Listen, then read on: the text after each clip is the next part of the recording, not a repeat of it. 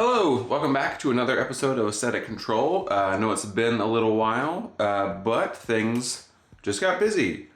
You know, life gets in the way of making videos sometimes. There was a bunch of shows I went to, got a little bit under the weather.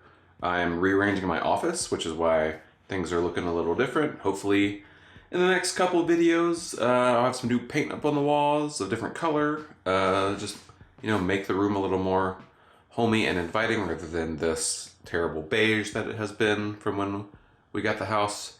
Anyway, so what have I been doing in the meantime? As I said, I shot a bunch of shows. I'll make a video covering that in the future. Maybe the next one, go over probably like 4 or 5, maybe even more shows over the past month or so. It's been a lot of, you know, developing and scanning lately, but that's fine.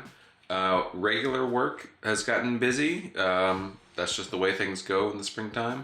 It is beautiful springtime here in North Carolina, so hopefully I'll be out, you know, traveling and shooting some more. But in the meantime, since the last video, what have I been up to? I'll tell you. Making a zine. I made a zine called Total Body Disruption Volume 1 on my risograph printer, which is over there for now. You know, we'll see if I keep that. But I hadn't really made any print work in a while, and I wanted to, since I had a little bit of time and I was working on rearranging the space in my office, pull out the risograph and put together a little zine of some show photos from the past few years. And this video today is looking at both the process and the result of making the risograph zine. So, what is a risograph? It's somewhere between a Xerox copier and the screen printer, I guess. The internals of it, it creates a stencil that copies an image on the platform, like a standard Xerox copier. Put it on, whoop, does the thing. Only this machine creates a stencil, an internal stencil around a drum that then runs and prints onto the paper as it pulls through, almost like a screen, like the idea of screen printing where it's pushed through a stencil and it makes it's easy to make a lot of copies. That's the main thing with risograph printing, is the speed and the kind of physical quality of the prints that it makes. I don't know if you can see it, and I'll do some B-roll. Risograph has like a really textural, really like newspapery quality to it.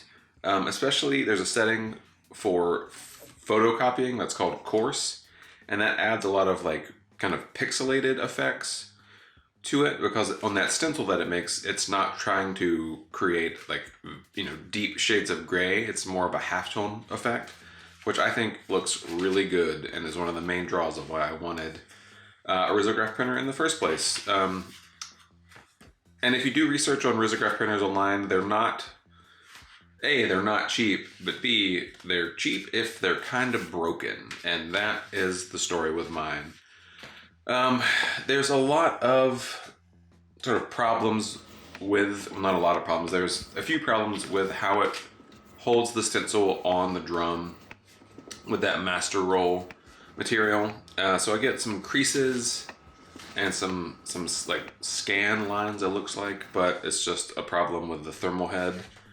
But when I first found out about these and did some research and found the one that was being sold pretty close to me, the guy, I met up with him and he told me all these problems and what was wrong with it, how I could fix it, sort of the process of taking the machine apart and trying to fix some of these print issues. And I did sort of my best to get in there and fix some of the more egregious ones, but I really like the physical nature of how it prints the creases and, you know, some of the scan lines. It really gives it a very handmade, you know, almost like old flyer aesthetic, and I really like that, and I thought that fit really well with the zine. So to just walk through it, how did I make this? The main way that I make books or projects on the risograph is I do sort of these handmade collages, which I have some here, and we'll do some B-roll of this. But basically I print out my images, print them out, then create these collages on the sheet of paper that I want my final image to be. And I do, you know, it's front and back, and I do the whole thing where I go in and collate and all that fun stuff. But the process of creating a zine like this is, I go through, I select my images I want to use. And so in that process of creating these collages, I use some artist tape to create the layout, taped on some of the images, hand wrote the names of the bands, and just whip kind of all in on the handmade look and handmade design for this zine. And I have 20 years of images to go back through and pull from, but for this one, just as a project, the printer was out, I was ready to make something. I just went back and chose sort of the last few years of stuff I've been shooting, mostly here in North Carolina, some stuff traveling around. I think there's a couple from out in Seattle on here.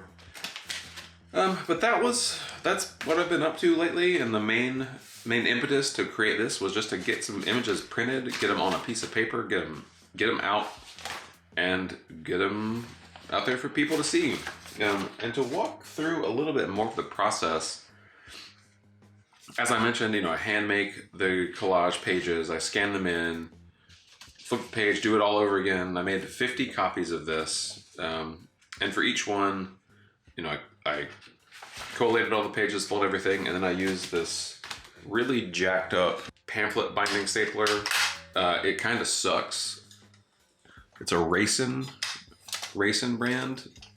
I would look for another option if you want a large sort of zine binding stapler, because this one works, I don't know, 40% of the time. I have a lot of just like trash staples.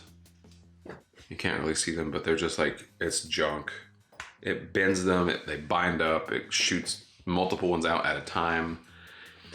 And it just creates a lot of annoying like fixing work. I think I've finally figured out the right amount of pressure that it needs, but it's just, it does what it needs to do most of the time. And I guess that's all I can ask for a moderately cheap booklet binding stapler.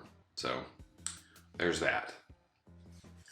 And that's the main thing. I've just been working on this scene. Like I said, I made 50 copies, posted them up to my Instagram. I think they're mostly, by the time this video comes out, they're mostly sold out. I might have a few left.